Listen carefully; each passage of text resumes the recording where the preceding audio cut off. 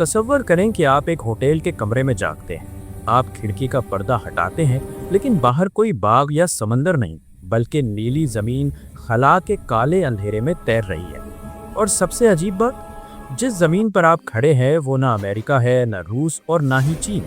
ये एक प्राइवेट मिल्कियत है। दोस्तों, ये कोई साइंस फिक्शन मूवी का सीन नहीं है। 2026 वो साल बनने जा रहा है जब इंसानी तारीख का पहला कमर्शियल स्पेस स्टेशन खला में भेजा जाएगा। अब तक खला में जाना सिर्फ सुपर पावर्स का खेल था, लेकिन अब ये बिजनेस टाइकून्स का मैदान बनने वाला है। आज की वीडियो में हम देखेंगे कि नासा का मशहूर ज़माना ISS समंदर में गिरने वाला है और उसकी जगह वो कौन से प्राइवेट स्टेशंस लेने वाले हैं जो आम इंसानों के लिए खला के दरवाजे खोल देंगे। क्या वाकई अब हम खला में छुट्टियां मना सकेंगे? और सबसे अहम सवाल, जब खला प्राइवेट हो जाएगा तो वहां कानून किसका चलेगा?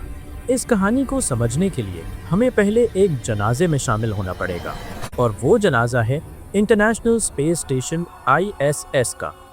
पिछले 25 सालों से ISS खला में इंसानियत का वाहिद मुस्तकिल घर रहा है, लेकिन अब ये बूढ़ा हो चुका है। इसमें दरारें पड़ रही हैं, गैस लीक हो रही है और टेक्नोलॉजी पुरानी हो चुकी है। नासा ने फैसला कर लिया है कि 2030 तक इस $100 अरब की स्टेशन को ज़मीन के माहौल में वापस लाकर बहरुल काहिल में गिराकर तबाह कर दिया जाएगा।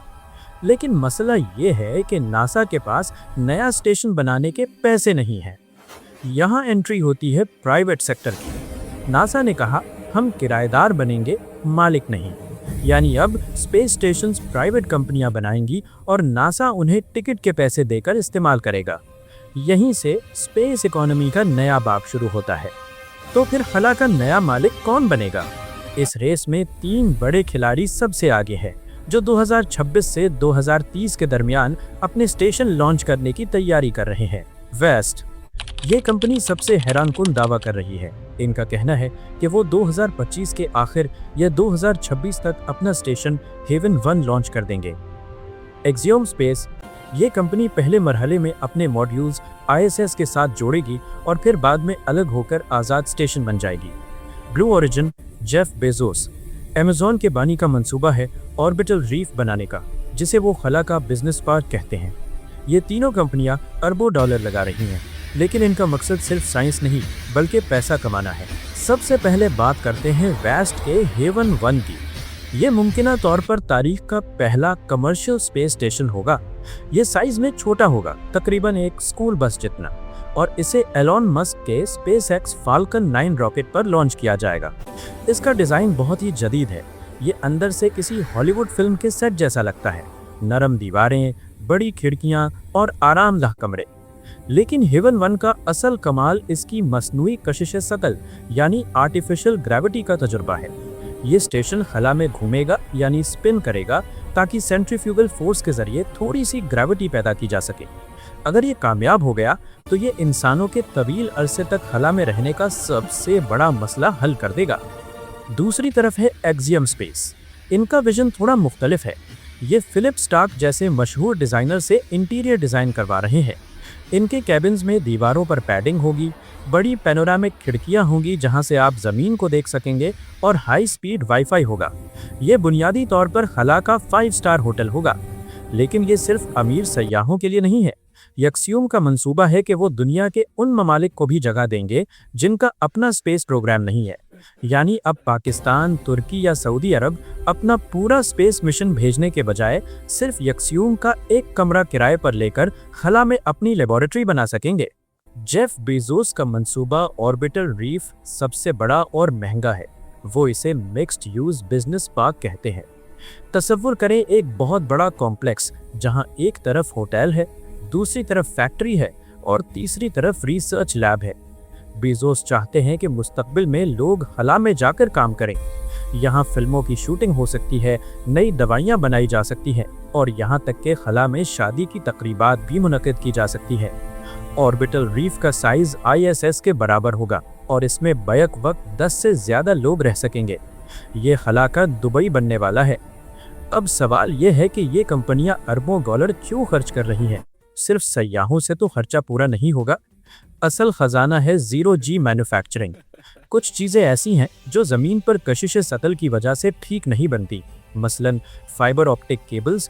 खला में बनने वाली केबल्स ज़मीन के मुकाबले में 100 गुना ज़्यादा डेटा ट्रांसफ़र कर सकती हैं। इंसानी आज़ा ऑर्गन्स। ज़मीन पर 3D प्रिंटिंग से दिल या गुर्दे बनाना मुश्किल है क्योंकि वो अपने ही वज़न से पिचक जाते हैं, लेकिन खला में वो बिल्कुल ठीक प्रिंट हो सकते हैं। दवासाज कंपनियां कैंसर की ऐसी दवाइयां खला में बना सकती हैं जो ज़मीन पर बनाना नामुमकिन है। ये वो इंडस्ट्री है जो खरबों डॉलर की होगी। एक आम सयाह जिसके पास करोड़ों डॉलर हों के लिए वहां जिंदगी कैसी होगी? 2026 के बाद आप एक टिकट खरीदेंगे, स्पेसएक्स के ड्रैगन कैप्सूल में बैठेंगे और एक दिन के सफर के बाद हेवन 1 या एक्सियम के साथ डॉक करेंगे।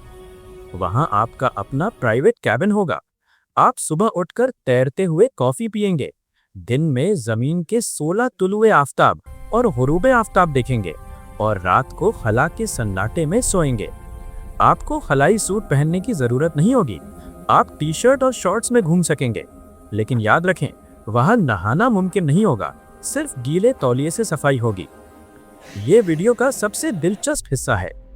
फिलहाल खला में आउटर स्पेस ट्रीटी लागू होती है, जिसके मुताबिक जिस मुल्क का जहाज है कानून भी उसी का होगा। लेकिन जब एक स्टेशन प्राइवेट होगा, उसका मालिक एक अमेरिकन कंपनी होगी, मुसाफिर जापानी होगा, रॉकेट एलॉन मस्क का होगा और वो गुजर रहे होंगे यूरोप के ऊपर से।